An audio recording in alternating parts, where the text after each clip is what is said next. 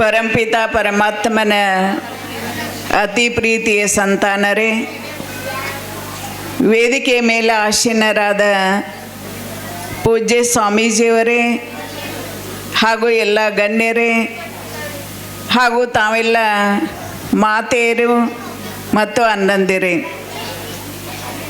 ವಿಶೇಷವಾಗಿ ತಮ್ಮೆಲ್ಲರಿಗೂ ನವರಾತ್ರಿ ಹಬ್ಬದ ವಿಜಯದಶಮಿಯ ಶುಭಾಶಯಗಳು. ಹೇಗೆ ನಮ್ಮ ಭಾರತ ದೇಶ ಹಬ್ಬಗಳಿಂದ ಕೂಡಿರುವಂಥ ದೇಶ ಆಗಿದೆ. ಪ್ರತಿಯೊಂದು ಹಬ್ಬಗಳಲ್ಲಿ ಆಧ್ಯಾತ್ಮಿಕ ರಹಸ್ಯ ಅನ್ನುವಂಥದ್ದು ಅಡಕಾಗಿದೆ. ಅದರಲ್ಲಿ ವಿಶೇಷವಾಗಿ ನವರಾತ್ರಿ ಅಂದಾಗ ಮಾತೆಯರಿಗೆ ಭಾಳಷ್ಟು ಒಂದು ಖುಷಿಯನ್ನು ತರುವಂಥ ದಿನಗಳು. ಎಲ್ಲ ಹಬ್ಬಗಳಲ್ಲಿಯೂ ಸಹ ನವರಾತ್ರಿ ವಿಶೇಷವಾಗಿರುವಂಥ ಹಬ್ಬ ಆಗಿದೆ.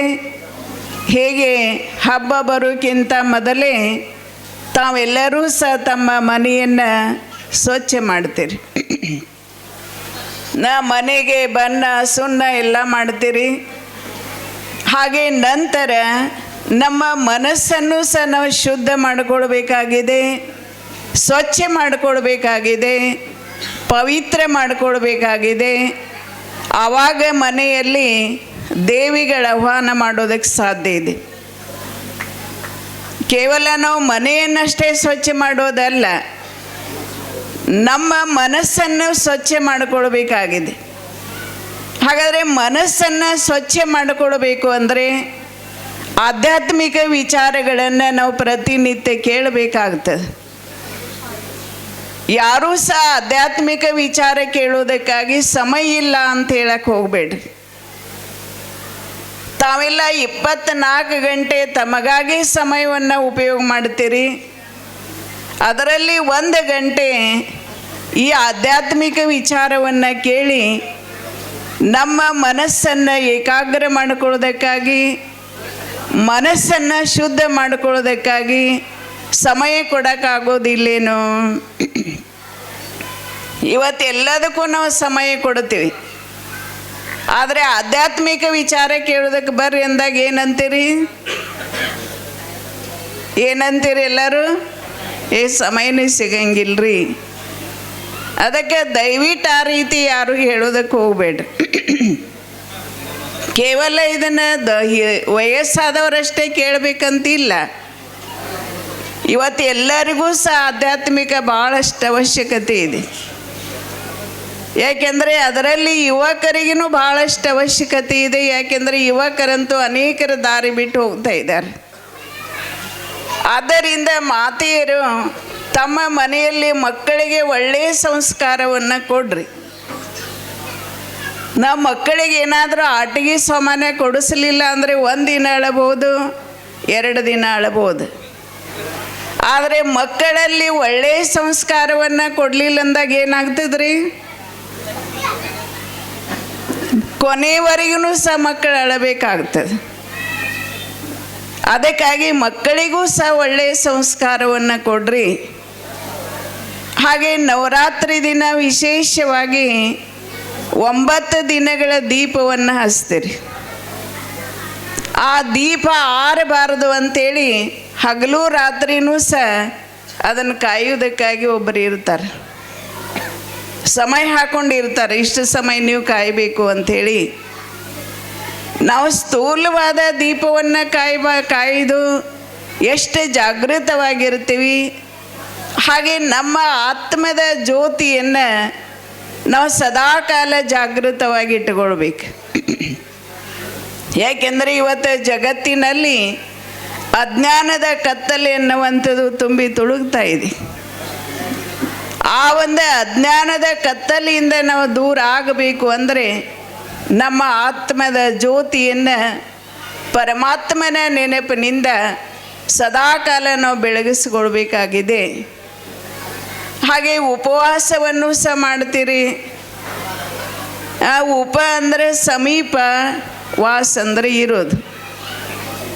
ಸದಾಕಾಲ ನಾವು ಬುದ್ಧಿಯಿಂದ ಪರಮಾತ್ಮನ ಸಮೀಪದಲ್ಲಿರುವಂಥ ಉಪವಾಸವನ್ನು ಮಾಡೋಣ.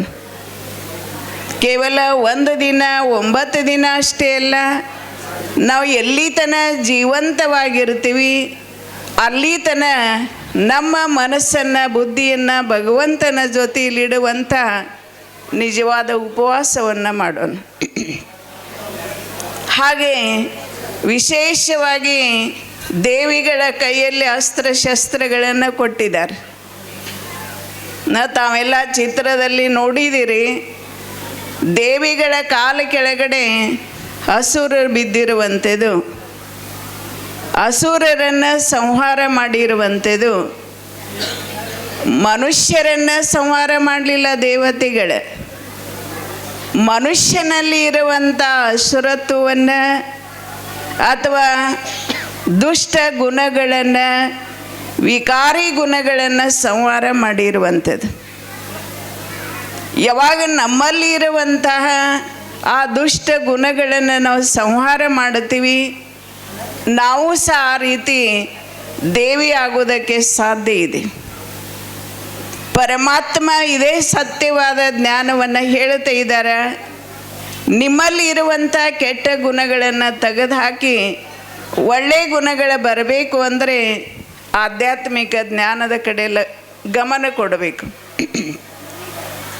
ಆಧ್ಯಾತ್ಮಿಕ ಚಿಂತನೆಯನ್ನು ಮಾಡಬೇಕು. ನಾವು ಎಷ್ಟು ಆಧ್ಯಾತ್ಮಿಕ ಚಿಂತನೆ ಮಾಡ್ತೀವಿ ಅಲ್ಲಿ ಯಾವುದೇ ಥರದ ಟೆನ್ಷನ್ ಇರೋದಿಲ್ಲ ಅಥವಾ ಚಿಂತೆ ಇರೋದಿಲ್ಲ. ಒಂದು ವೇಳೆ ಚಿಂತೆ ಇತ್ತು ಅಂದರೆ ಎಲ್ಲ ಆಧ್ಯಾತ್ಮಿಕ ವಿಚಾರಗಳು ನಡೆಯುವುದಿಲ್ಲ. ಅದಕ್ಕಾಗಿ ನಾವು ಸಹ ನಮ್ಮಲ್ಲಿ ಅಂಥ ಒಂದು ದೈವತ್ವವನ್ನು ತಂದುಕೊಳ್ಬೇಕು. ಹೇಗೆ ಶಿವಶಕ್ತಿಯರು ಅಂತ ಹೇಳಲಾಗ್ತದೆ, ಆ ಶಕ್ತಿಯರು ಸಹ ಶಿವನಿಂದ ಶಕ್ತಿಯನ್ನು ಪಡ್ಕೊಂಡಿರುವಂಥವ್ರು. ಶಿವನಿಗಾಗಿ ತಪಸ್ಸನ್ನು ಮಾಡಿ ಅವರ ಆ ಶಕ್ತಿಯನ್ನು ತಮ್ಮ ಜೀವನದಲ್ಲಿ ಪಡ್ಕೊಂಡು ಇವತ್ತು ದೇವತಾ ರೂಪದಲ್ಲಿ ಅವರು ಪ್ರತ್ಯಕ್ಷ ಆಗಿದ್ದಾರೆ. ಹಾಗೆ 9 ದಿನ ವಿಶೇಷವಾಗಿ ನಾವು ನವರಾತ್ರಿಯನ್ನು ಮಾಡಿ ನಂತರ ಬನ್ನಿಯನ್ನು ಮುಡಿತೀವಿ. ಹೇಳ್ತೀವಿ ಬನ್ನಿ ಕೊಟ್ಟು ಒಬ್ಬರಿಗೊಬ್ಬರು ಭಾಳಷ್ಟು ಪ್ರೀತಿ ಸ್ನೇಹದಿಂದ ಇರಬೇಕು. ಅವತ್ತು ಎಂಥ ವೈರಿಗಳಿದ್ರೂ ಸಹ ಅವರಿಗೆ ಬನ್ನಿ ಕೊಟ್ಟು ನೀವು ನಾವು ಬಂಗಾರದಂಗಿರೋಣ್ರಿ ಅಂತ ಹೇಳ್ತಾರೆ. ಬಂಗಾರ ಅಂದರೆ ಪ್ಯೂರ್ ಇರ್ತದಲ್ಲ, ಅದರಲ್ಲಿ ಯಾವುದೇ ಕಲ್ಮಶ ಇರುವುದಿಲ್ಲ. ಹಂಗೆ ನಮ್ಮ ಮನಸ್ಸನ್ನುವಂಥದ್ದು ಬಂಗಾರದಂಗೆ ಇರಬೇಕು. ಯಾವಾಗ ಮನಸ್ಸು ಶುದ್ಧವಾಗಿರ್ತದೋ ಆವಾಗ ಅಲ್ಲಿ ನಾವು ಪರಸ್ಪರ ಎಲ್ಲರೂ ಸ್ನೇಹದಿಂದ ಪ್ರೀತಿಯಿಂದ ಇರೋದಕ್ಕೆ ಸಾಧ್ಯ ಇದೆ. 1 ದಿನ ಅಷ್ಟೇ ನಾವು ಸ್ನೇಹ ಪ್ರೀತಿಯಿಂದ ಇರೋದಲ್ಲ. ಇವತ್ತು ಯಾರೇ ಎಂಥವರೇ ಇರಲಿ, ನಾವು ಎಲ್ಲರ ಬಗ್ಗೆ ಶುಭ ಭಾವನೆ ಶುಭ ಕಾಮನೆಯನ್ನು ಇಟ್ಟು ಅವರ ಜೊತೆಯಲ್ಲಿ ಸ್ನೇಹ ಪ್ರೀತಿಯಿಂದ ನಡೆಯುವಂಥದ್ದು. ಅದಕ್ಕೆ ಒಂದೇ ದಿನ ಅಲ್ಲ, ನಾವು ಕೊನೆಯವರೆಗೂ ಆ ರೀತಿ ಮಾಡುವಂಥದ್ದು. ಹಾಗೆ ದಸರಾ ದಿನ ವಿಶೇಷವಾಗಿ ಮೈಸೂರದಲ್ಲಿ ನೋಡ್ರಿ, ರಾವಣ ದೊಡ್ಡ ದೊಡ್ಡ ಚಿತ್ರಗಳನ್ನು ಮಾಡಿ ಸುಡುತ್ತಾರೆ. ಇವತ್ತು ಯಾರದೇ ಚಿತ್ರಗಳನ್ನು ಸುಡಬೇಕು ಅಂತಂದರೆ ಯಾರು ನಮಗೆ ಶತ್ರುಗಳಿರ್ತಾರೋ, ಯಾರು ನಮಗೆ ದುಃಖವನ್ನು ಕೊಟ್ಟಿರ್ತಾರೋ ಅವರ ಚಿತ್ರಗಳನ್ನು ಮಾಡಿ ಸುಡುತ್ತೀವಿ. ಹಾಗಾದರೆ ರಾವಣನ ಸುಡಬೇಕಾದರೆ ರಾವಣ ಎಲ್ಲರಿಗೂ ಏನಾಗಿದನ್ರಿ? ರಾವಣಿಗೆ 10 ತಲೆಗಳನ್ನು 20 ಕೈಗಳನ್ನು ತೋರಿಸ್ತಾರೆ. ಯಾರಿಗಾದರೂ 10 ತಲೆಗಳು 20 ಕೈಗಳು ಇರೋದಕ್ಕೆ ಸಾಧ್ಯ ಇದೆ ರೀ? ಅಂದರೆ ಇದರ ಅರ್ಥ ಆಗಿದೆ, ಸ್ತ್ರೀಯರಲ್ಲಿ ಇರುವಂಥ 5 ವಿಕಾರಗಳು, ಪುರುಷರಲ್ಲಿ ಇರುವಂಥ 5 ವಿಕಾರಗಳು, ಕಾಮ, ಕ್ರೋಧ, ಲೋಭ, ಮೋಹ, ಅಹಂಕಾರ. ಈ 5 ವಿಕಾರಗಳು ಸ್ತ್ರೀಯರಲ್ಲಿನೂ ಇದೆ, ಪುರುಷರಲ್ಲಿನೂ ಇದೆ. ಅದಕ್ಕೆ ರಾವಣಿಗೆ 10 ತಲೆಗಳನ್ನು ಮಾಡಿ ಆ ಒಂದು ವಿಕಾರಗಳನ್ನು ಸುಡ್ತಾ ಇರುವಂಥದ್ದು. ನಾವು ತಿಳಿಯದೆ ಅದನ್ನು ಮಾಡ್ತಾ ಬಂದಿದ್ದೀವಿ. ಆದರೆ ನಿಜವಾಗ್ಲೂ ನಾವು ಈ ದಶಹರದಲ್ಲಿ ನಮ್ಮಲ್ಲಿ ಇರುವಂತಹ ರಾವಣನ ಸುಟ್ಟು ಹಾಕಿದಾಗ ನಾವು ಸದಾ ವಿಜಯಿಯಾಗಿರೋದಕ್ಕೆ ಸಾಧ್ಯ ಇದೆ. ನಾವು ಯಾವುದೇ ಒಂದೇ ಕಾರ್ಯವನ್ನು ಮಾಡಬೇಕಾದ್ರೆ ಅಲ್ಲಿ ಅವಶ್ಯ ನಾವು ವಿಜಯ ಆಗೇ ಆಗುತ್ತೀವಿ.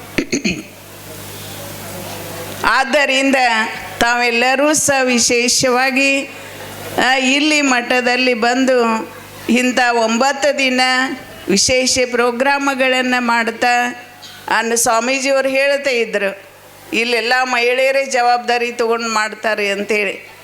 ನಮಗೂ ಭಾಳ ಖುಷಿ ಆಯಿತು. ಯಾಕೆಂದರೆ ಈಶ್ವರಿ ವಿಶ್ವವಿದ್ಯಾಲಯದಲ್ಲಿಯೂ ಸಹ ಪರಮಾತ್ಮ ಮಹಿಳೆಯರನ್ನು ಮುಂದಿಟ್ಟು ಕಾರ್ಯವನ್ನು ಮಾಡಿಸ್ತಾ ಇದ್ದಾರೆ. ನಮ್ಮ ಮಹಿಳೆಯರ ಮುಖಾಂತರ ಒಂದು ಆ ಕಾರ್ಯವನ್ನು ಪರಿವರ್ತನೆ ಮಾಡುವಂಥ ಕಾರ್ಯವನ್ನು, ಮನುಷ್ಯರ ಜೀವನವನ್ನು ಶ್ರೇಷ್ಠ ಮಾಡುವಂಥ ಕಾರ್ಯವನ್ನು ಮಾಡಿಸ್ತಾ ಇದ್ದಾರೆ. ಅದಕ್ಕೆ ನನಗೂ ಸಹ ಇವತ್ತು ಭಾಳಷ್ಟು ಖುಷಿ ಆಯಿತು. ಪೂಜ್ಯ ಸ್ವಾಮೀಜಿಯವರು ಇಲ್ಲೇ ನಮ್ಮನ್ನು ಕರೆಸಿ ನಮಗೆಲ್ಲ ಸನ್ಮಾನ ಮಾಡಿದ್ದಕ್ಕಾಗಿ ಅವರಿಗೆ ಈಶ್ವರಿ ವಿಶ್ವವಿದ್ಯಾಲಯದ ವತಿಯಿಂದ ತುಂಬ ಹೃದಯದಿಂದ ಧನ್ಯವಾದಗಳು. ಸಮಯದ ಪ್ರಜ್ಞೆ ಮತ್ತು